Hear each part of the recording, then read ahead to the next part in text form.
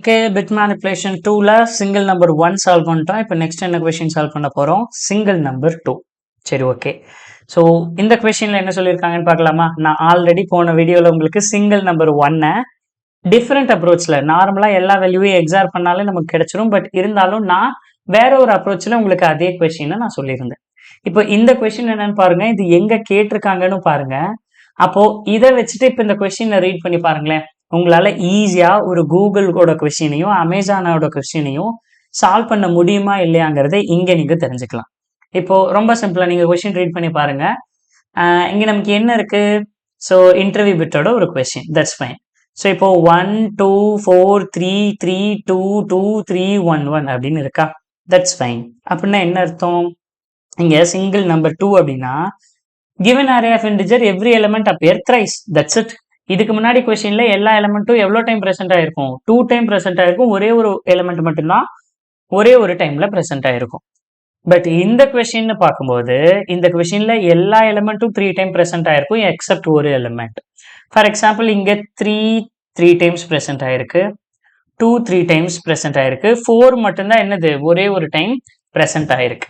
அப்ப இங்க single number என்னது? 4. சரி, ஓகே. இப்போ இதை எப்படி சால்வ் பண்ணலாம் அப்படின்னு கேட்டிங்கன்னா same as it is. So நம்ம இதுக்கு முன்னாடி ப்ரீவியஸ் ப்ராப்ளம்ல என்ன பண்ணோம்? நம்பர்ஸ் எடுத்துக்கிட்டோம், அதோட நம்பர் ஆஃப் ஒன்ஸை கவுண்ட் பண்ணோம். இப்போ 2னா அது வேற ஒரு அந்த 2 நம்பருக்கு அது சேமா போயிடும், கரெக்டா? இந்த 2க்கும் இப்போ இந்த 3க்கு எடுத்துட்டோம்னா இங்க ஒரு 1, அந்த 3க்கும் இந்த 3ல இங்க வர இதை இங்க ஒரு 1ஐயும் நம்ம என்னவா கன்சிடர் பண்ணிக்கிறோம்? ஒரே நம்பரா கன்சிடர் பண்ணிக்கிறோம். அதனாலதான் நம்ம என்ன பண்ணோம்? mod 2 பண்ணோம்.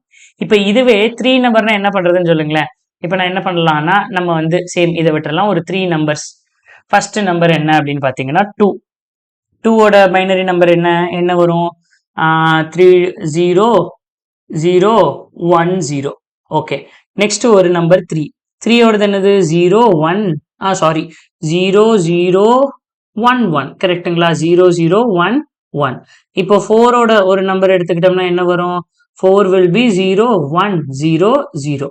இப்போ 8 அப்படின்னு எடுத்துக்கிட்டா என்ன வரும்? 1 0 0. டோன்ட் வாண்ட் 8, நான் வந்து 4ஐ வச்சுக்கிறேன்.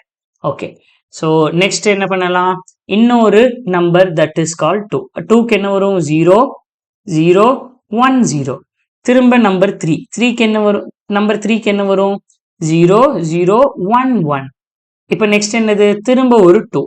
2க்கு என்ன நம்பர் வரும்? 0 0 1 0. 3க்கு என்ன நம்பர் வரும்? 3க்கு 0 0 1 1. அதாவது நான் டெசிமல் டு பைனரி எழுதியாச்சு. இப்போ இங்க எல்லா நம்பரும் 3 டைம் இருக்கா? 2 3 டைம் இருக்கு, 3 3 டைம் இருக்கு, 4 மட்டும் ஒரே ஒரு டைம் இருக்கு. இப்போ இதை நம்ம என்ன பண்றோம்? சேம் ஒரு வேல்யூல இந்த 2⁻0th பிட்ல மட்டும் 1 எவ்வளவு இருக்குன்னு கவுண்ட் பண்ண போறோம். நம்ம கவுண்ட் பண்ணா என்ன வரும்? சேம் ப்ரீவியஸ் ப்ராப்ளம் மாதிரி தான். 1 2 3 ஒன்ஸ் தான் இருக்கு அப்படின்னா அப்ப இந்த 3 இதுல 1 இருக்குன்னா என்ன அர்த்தம்? அப்போ ஒரு 3 நம்பரும் சேம் நம்பர்னு அர்த்தமா? இப்ப இங்க பாருங்க 3லயும் 1 இருக்கு, 3லயும் 1 இருக்கு, 3லயும் 1 இருக்கு. அப்போ இந்த 3 நம்பர் கேன்சல் ஆயிரும். அப்ப கண்டிப்பா இங்க ஆன்சர்ல என்னதான் வரும்? 0 தான் வரும். புரிஞ்சுதுங்களா என்னுடைய இந்த அண்டர்ஸ்டாண்டிங்? ஓகே. அப்போ 3 1 தான் இருக்கு. அப்ப நம்பர் ஆஃப் ஒன்ஸ் எக்ஸ்ட்ரா இருந்தா மட்டும்தான். அப்போ உங்களுக்கு ஒரு டவுட் வரலாம். ஃபார் எக்ஸாம்பிள், சரி 3 1 இருந்தா நீங்க இங்க 0 போட்டுறீங்க. இப்போ 4 1 இருந்தா எக்ஸ்ட்ரா ஒரு 1 இருக்கு, அந்த 1 நீங்க இங்க போடுவீங்க. ஒருவேளை 5 1 இருந்தா நான் என்ன பண்றது அப்படின்னு கேட்டீங்கன்னா, இப்ப 5 1 இருக்கு, mod 3 பண்ணீங்கன்னா பேலன்ஸ் 2 1 கிடைக்குமே. அப்படின்னா முதல்ல 5 1 கிடைக்காதுங்க. ஏன்னா வேலிட் இன்புட்டா கொடுத்துருக்கீங்க அப்படின்னா 5 1 கிடைக்கிறதுக்கு சான்ஸே இல்லை. எதிர் 3 1 கிடைக்கலாம், 6 1 கிடைக்கலாம், 9 1 கிடைக்கலாம், 3 மல்டிபிள்ஸ்ல போலாம். அது கூட எக்ஸ்ட்ரா ஒரே ஒரு 1 தான் கிடைக்குமே தவிர 2 1 கிடைக்கிறதுக்கு சான்ஸே இல்லை. ஓகேங்களா? இப்ப நம்பர் ஆஃப் ஒன்ஸ் எவ்வளவு? 3 இருக்கு. அப்ப 3 mod 3 பண்ணிடலாம். இதுக்கு முன்னாடி mod 2 பண்ணோம். இப்ப என்ன பண்றோம்? mod 3 பண்றோம். அப்ப 3 mod 3 0 அப்படிங்கறதுனால இங்க என்னதான் ஒரு ஆன்சர் இல்ல, 0 தான். நம்பர் ஆஃப் ஒன்ஸே இருக்காது. இப்ப இங்க கன்ஸ்ட்ரக்ட் பண்ணும்போது 1 2 3 4 5 6 1 அப்படி 6 இருக்கு அப்படின்னு என்னது? 6 mod 3 ஈக்குவல் டு 0. அப்ப இங்கேயும் எனக்கு ஒன்ஸே வராது, தட் வில் பி 0. இங்க நம்பர் ஆஃப் ஒன்ஸ் எவ்வளவுன்னு பாருங்க. Number of ones 1. அப்போ 1 mod 3ன்னு பண்ணா என்னது? 1. அப்ப அந்த 1 நம்ம என்ன பண்ணிடுறோம்? இங்க போட்டுறோம். இப்ப மத்த எல்லா இடத்துலயும் 0 தான் இருக்கு. 1 மட்டும் நான் எங்க கன்ஸ்ட்ரக்ட் பண்றேன்? எந்த இடத்துல எனக்கு 1 வந்திருக்கோ, இப்ப 2⁻0 1 2ல கிடைச்சிருக்கா? 2⁻2ல மட்டும் 1 நான் செட் பண்றேன். மத்த எல்லாமே பை டிஃபால்ட்டா 0வாவே இருக்கட்டும். My answer is 0. இங்க நம்பர் ஆஃப் ஒன்ஸே கிடைக்கல. அப்ப நம்பர் ஆஃப் ஒன்ஸே கிடைக்கலன்னா என்னது? 0 மாடு 0, நமக்கு 0 தான்.